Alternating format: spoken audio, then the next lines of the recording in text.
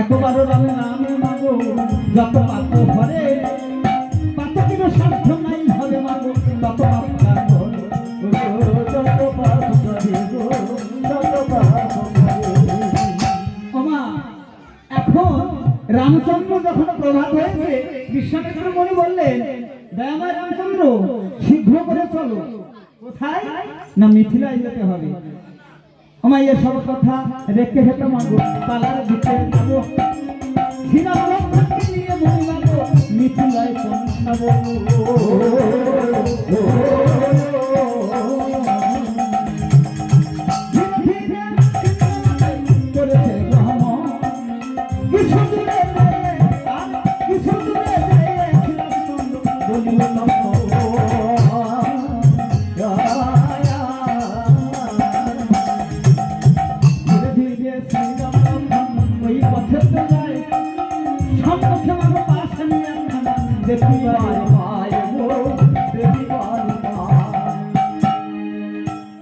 গুরুদেব হ্যাঁ সামনে ওটা কি?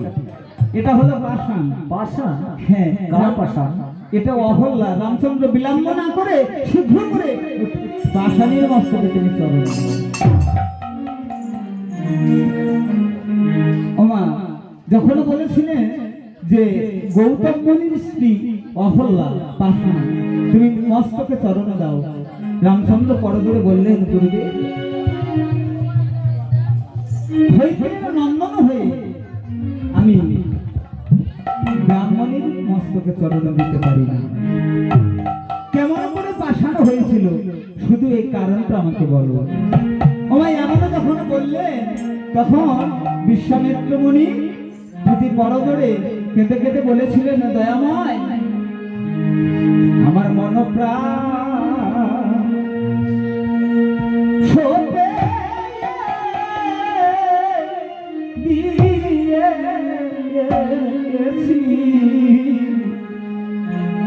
তোমার নীলকমল পদে আমার মনপ্রাণ শোভেছে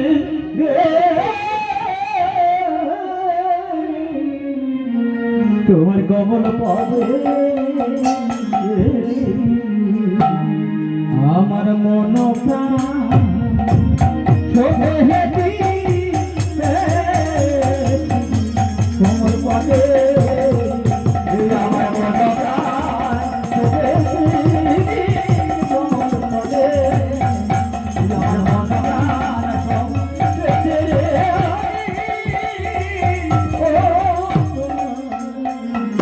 কমল পদে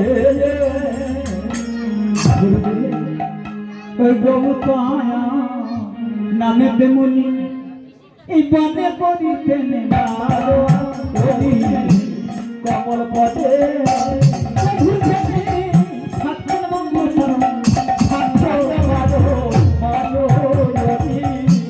কমল পদে গৌতম রামচন্দ্র গৌতম ঋষি দিবানিশি এই বনে ভাঙছেন। একদিন চমৎকার করলে ধ্যান ভঙ্গ হলে মনি মহা কমল পদে কমল পদে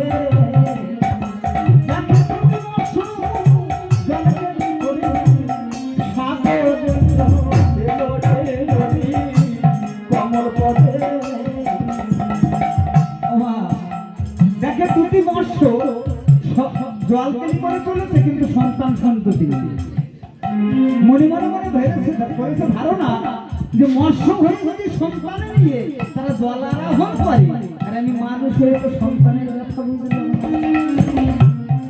বিয়ে করব। আমার এই মনে মনে করলাম ধারণা আমি বিয়ে করব, কিন্তু গুরুর কাছে যেতে হবে, হয় গোবিন্দ চরণ আর নাই গুরু চরণ, এই দুটি জায়গায় বলিবারের জায়গা তাছাড়া প্রাণ নাই। ধ্যান ভঙ্গ করে ধীরে ধীরে গৌতম করেছে কমল পথে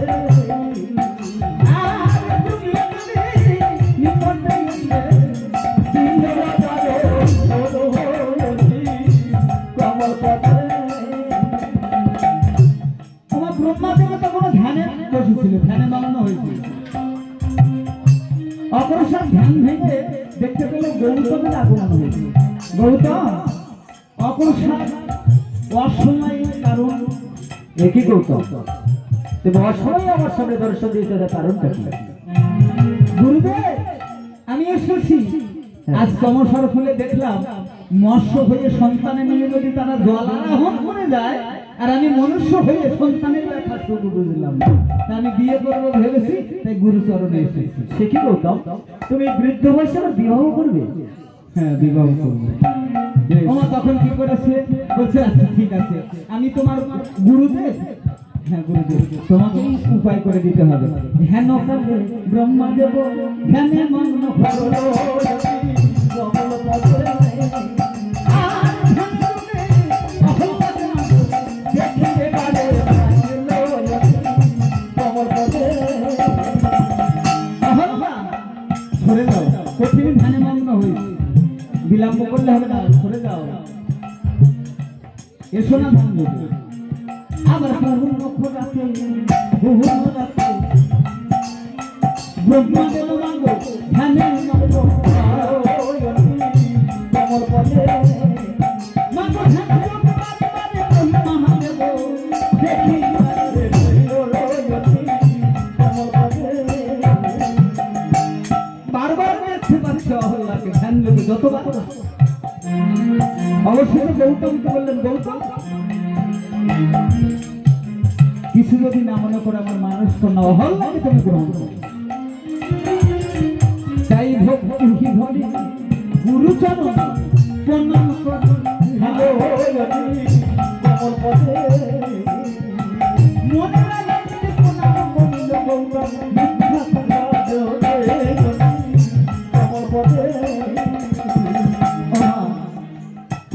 গুরুচরণে প্রণাম করে বলছে গুরুদেব আপনি যেটা বলবেন আমি অহল্লাকে গ্রহণ করব।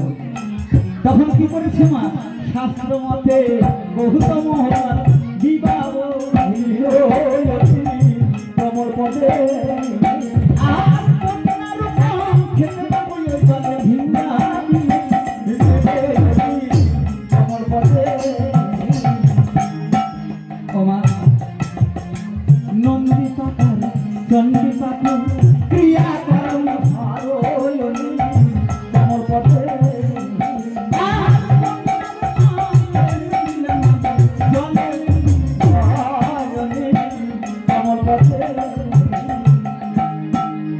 শাস্ত্র মতে অহল্লা গৌতমের বিবাহ হল। যখন মা অহল্লা গৌতমের বিবাহ হয়েছে দ্বাদশ বৎসর পরে গৌতম তার নিজ স্থানে চলে গিয়েছিল। ওখানে গিয়ে দ্বাদশ বৎসর পরে তাদের একটি পুত্র সন্তান হয়েছিল 97। পঞ্চম বছর বয়স সর্বপুরে ধ্যান করে আর গৌতম ঋষি অহল্লাকে নিয়ে স্বাচ্ছন্দ্যে সংসার করছে। এমন সময় দেবরাজেন্দ্রের হয়েছিল কমল পদে আর ধ্যান কালে দেবরাজেন্দ্র হয়েছিল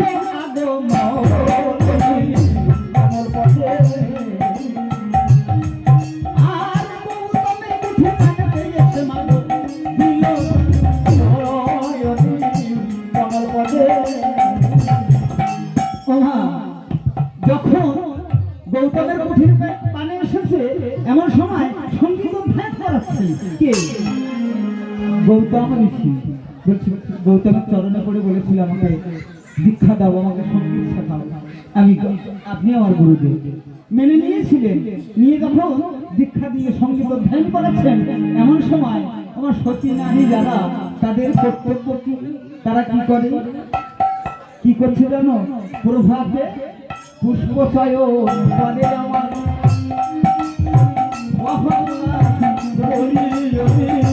কমল পদে এমন সময় দেখি কমল পদে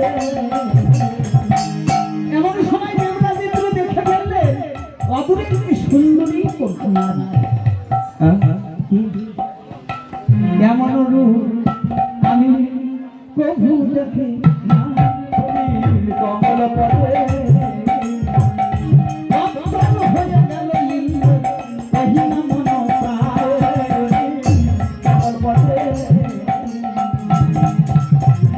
মা চঞ্চল হয়ে গেল। গৌতম ঋষি বারবার বলছে, এ কি কি ব্যাপার ইন্দ্র, এত চঞ্চল? কেউই না, সুন্দরী নারী। আরে চিনতে পারলে না, ওটা তোমার অহল্যা, তোমার গুরুমা। গুরুমা আজ অহল্যা, তুমি আমার গুরুমা। আজ বৃদ্ধমণিকে বিয়ে করে তুমি গুরুমা হয়েছো। আজ গুরুমা হয়েছো না, না সত্যবেলা বাল্যবেলার কথা তোমার মনে না? যেদিন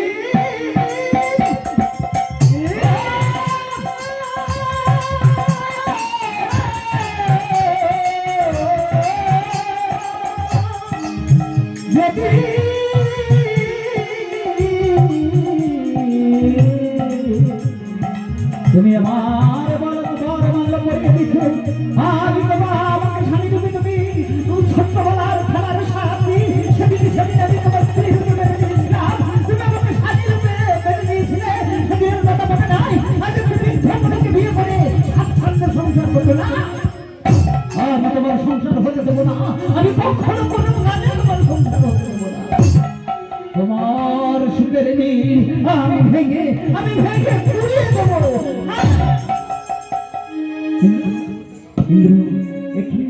এত চঞ্চল না গুরুদেব, আমি আজ সঙ্গীত অধ্যয়ন করবো না। আগামী কল্যাণ এসে আমি আবার সঙ্গীত অধ্যয়ন করবো। এত বলি দেবরাজেন্দ্র করেছে কমল পদে কিছু দূরে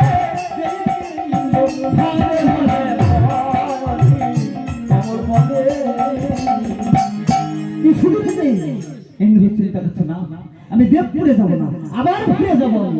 ওই নাবি আমি সত্যিত্ব হরণ করবো। আর এদিকে গৌতম ঋষি কি করেছে মা?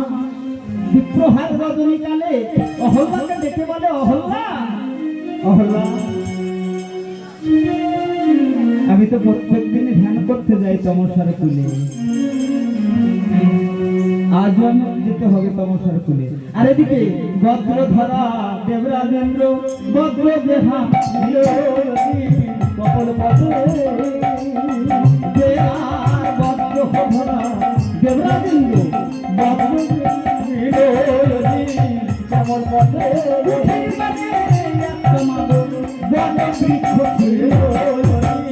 কমল পদে আর বজ্রবান মেনেছে যখন বট বৃক্ষের ফলে আমার পদে আর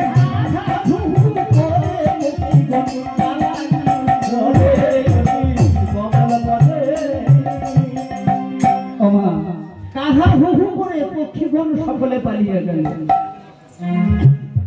এমন সময় দেবরাজেন্দ্র বলেছে, গৌতম ঋষি বললেন, অহল্যা, পক্ষীরা সব নিদ্রা ভঙ্গ দিয়ে আহারের অন্বেষণে চলেছে, আর বিলম্ব করো না, কোষাকুষি দাও, আমি তমসার কুলে যাবো। অহল্যা বলেছিলেন, এখনো বিপ্রহার রজনী, তুমি যাবে না? না অহল্যা, ওই দেখো পক্ষীরা সব পালিয়েছে উড়ে, আজ বিলম্ব করো না। তাই কোষাকুষি নিয়ে গৌতম করেছে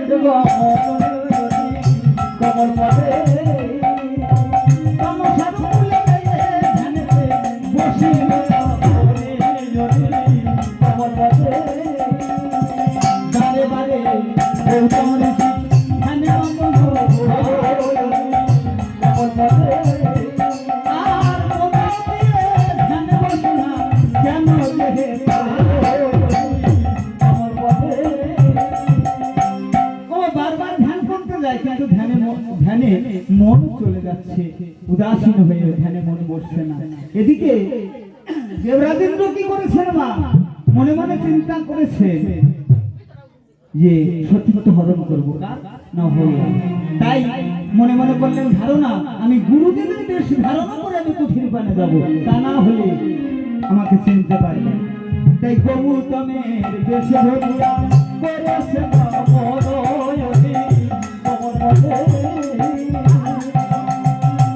বেশে ধরিয়া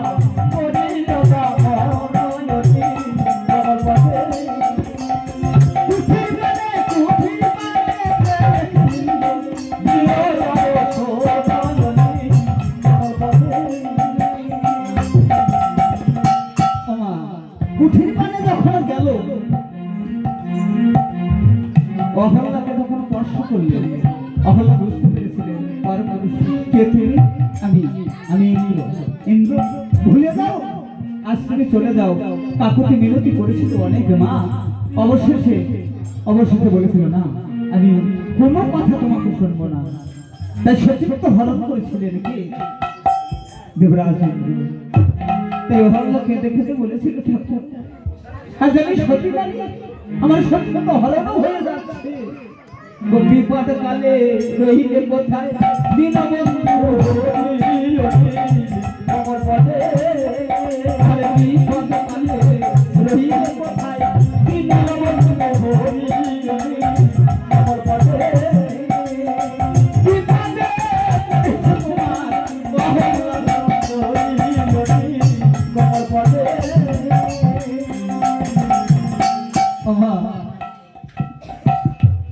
এমন সময় গৌতম ঋষি ধ্যান করছিল, মনটা চঞ্চল হয়ে গেল। অহল্যা যখন ডাক দিল, কোথায় রইলে বিপদ কালে দীনবন্ধু, বিপদে পড়েছে তোমার অহল্যা। গৌতম ঋষি ধ্যানে মুনি ঋষি মন চঞ্চল হয়ে গেল, মনে করলো আমার অহল্যা মনে হয় কোনো বিপদ হয়ে গেল। ধীরে ধীরে গৌতম ঋষি আমার পথে, কুঠির পানে এলো আমার গৌতম আমার পথে। গৌতম ঋষি দেখতে বুঝতে পেরেছিলেন যে আমার অহল্যার সতীত্ব হরণ হয়ে গেছে। মুনি ঋষি বুঝতে পারলেন, তবু কুঠির পানে যে একদৃষ্ট গৌতম ঋষি যখন কুঠির পানে যায়, আমার পথে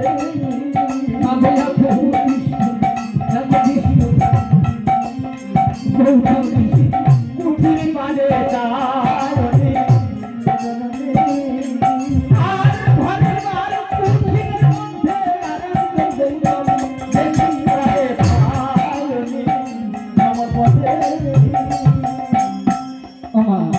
গৌতম দেখতে পায় কুঠিরের মধ্যে আরেকজন, তখন গৌতম মনে মনে করেছে ধারণা, হায় রে ঘরে গৌতম বাইরে গৌতম, আর ঘরে গৌতম বাইরে গৌতম, এখন বিবাহ করি আমার পথে। এই দুঃখে গৌতম বলে আমি কেনে কমল পথে। ধীরে ধীরে গৌতম ঋষি করেছে মনয়নী কমল পথে। গৌতমের কুঠির পানে এসে দিল সনয়নী কমল পথে।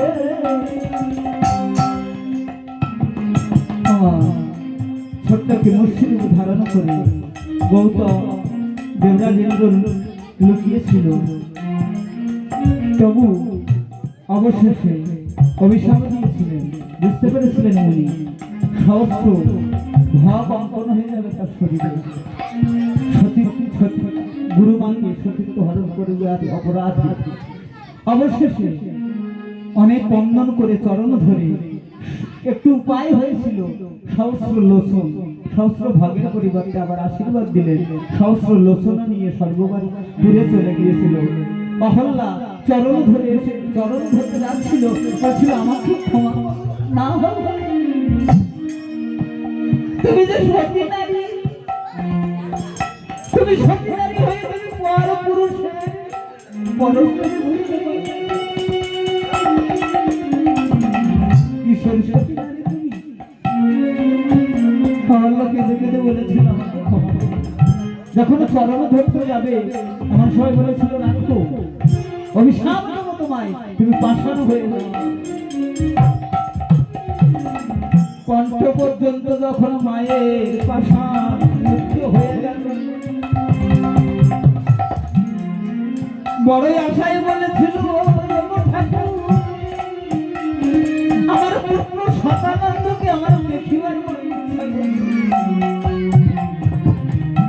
স্বর্গপুর থেকে শতানন্দকে ডেকে মায়ের কাছে নিয়ে এসেছিল গৌতম ঋষি।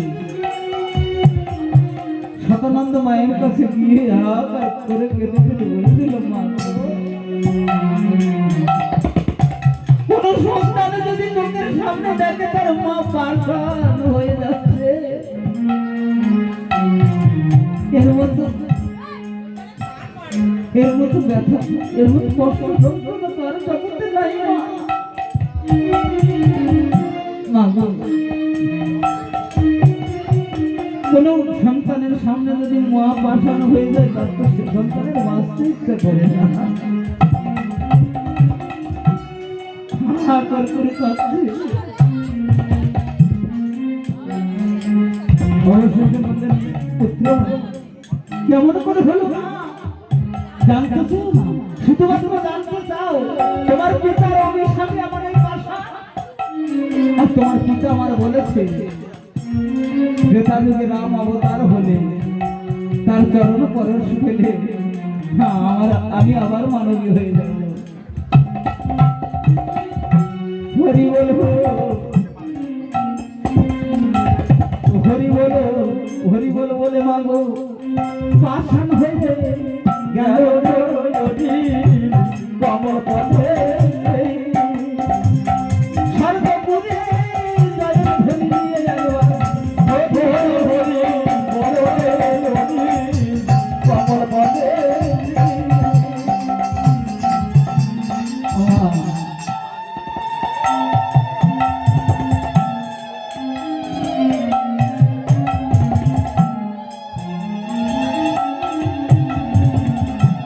পাঁচ মিনিটের মধ্যে পালা শেষ করতে হবে মাত্র।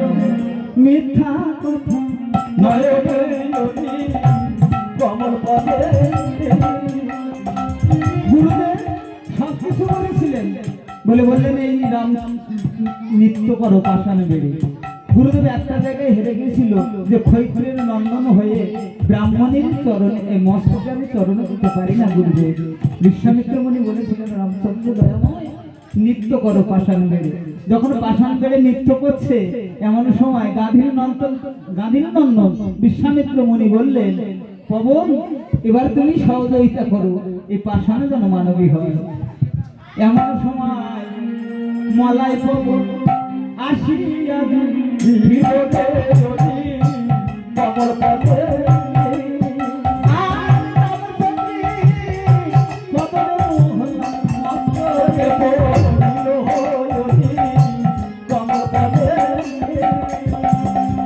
রামচন্দ্রে পদপরশ পাষাণী মানব কমল পথে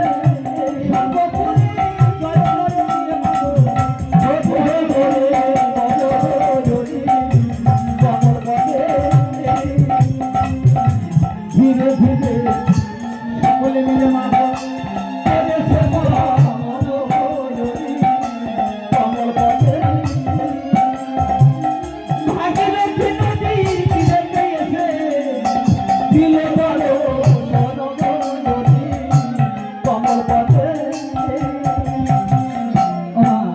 ভাগীরথী নদীর তীরে এসেছে। এমন সময় যিনি জগৎ চিন্তামণি পারের কান্ডারি, তিনি বলছে, গুরুদেব আমরা কেমন করে পার হব? বলছে এই ভাগীরথী নদী একজন পাঠনী আছে, আমি তাকে ডাকছি। তাই মুনি ডেকে ডেকে বলছে, ও ডাকে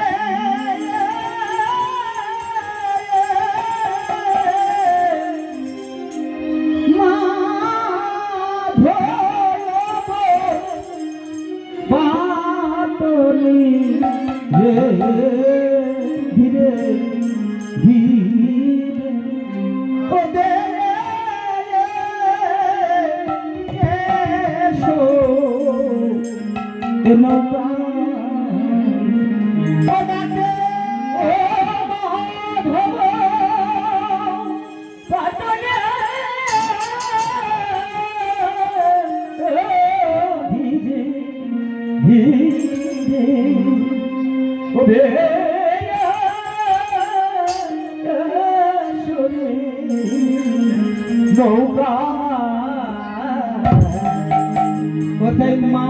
মাধব বলে মনি ডাকিতে লাগিল ধীরে ধীরে।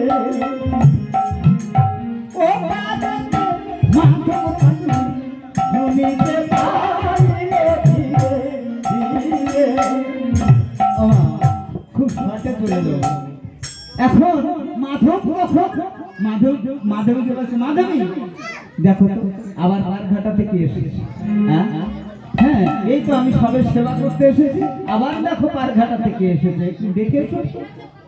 তখন মা কি করেছে, ধীরে ধীরে মাধবী পার ঘাটাতে যায় ধীরে ধীরে। পার ঘাটাতে যে মাধবী পূর্বে দিকে যায় ধীরে ধীরে। ও মা, দেখি মাধবী গিয়ে দেখে পূর্ব তীরে এক অদৃষ্ট মাধবী তাই পূর্ব তীরে যায় ধীরে ধীরে। কোটি কোটি হয়েছে তার সুখের উদয় ধীরে ধীরে। ও মা, দেখে কোটি কোটি সূর্যের উদয় হয়েছে। বলছি কি, এই এমন তো আমি তো কখনো দেখিনি, কোনোদিনই দেখে নাই। মাধব মাধব। ও মা, মাধবী বলে, মাধব তুমি কিসের বিচার করো ধীরে ধীরে। আরে পূর্ব তীরে সোনার মানুষ এসেছে, তারে মার মারে ধীরে ধীরে। মাধবী দেখে দেখে বলছে, মাধব পূর্ব তীরে সোনার মানুষ এসেছে, তুমি তারে মার করে দাও। হ্যাঁ, সোনার মানুষ। আমার মাধব এসে দেখে যেন কোটি কোটি সূর্যের উদয় হয়েছে। তখন বলছে, হায় রে, শিক্ষক করে আমার বই ঠিকানা নিয়ে এসো, আর বিলম্ব করো না, আজ মনে হয় শুভ লগ্ন এসেছে। তখন মা কি করেছে, আবার বইটা হাতে বেয়ে চলেছে।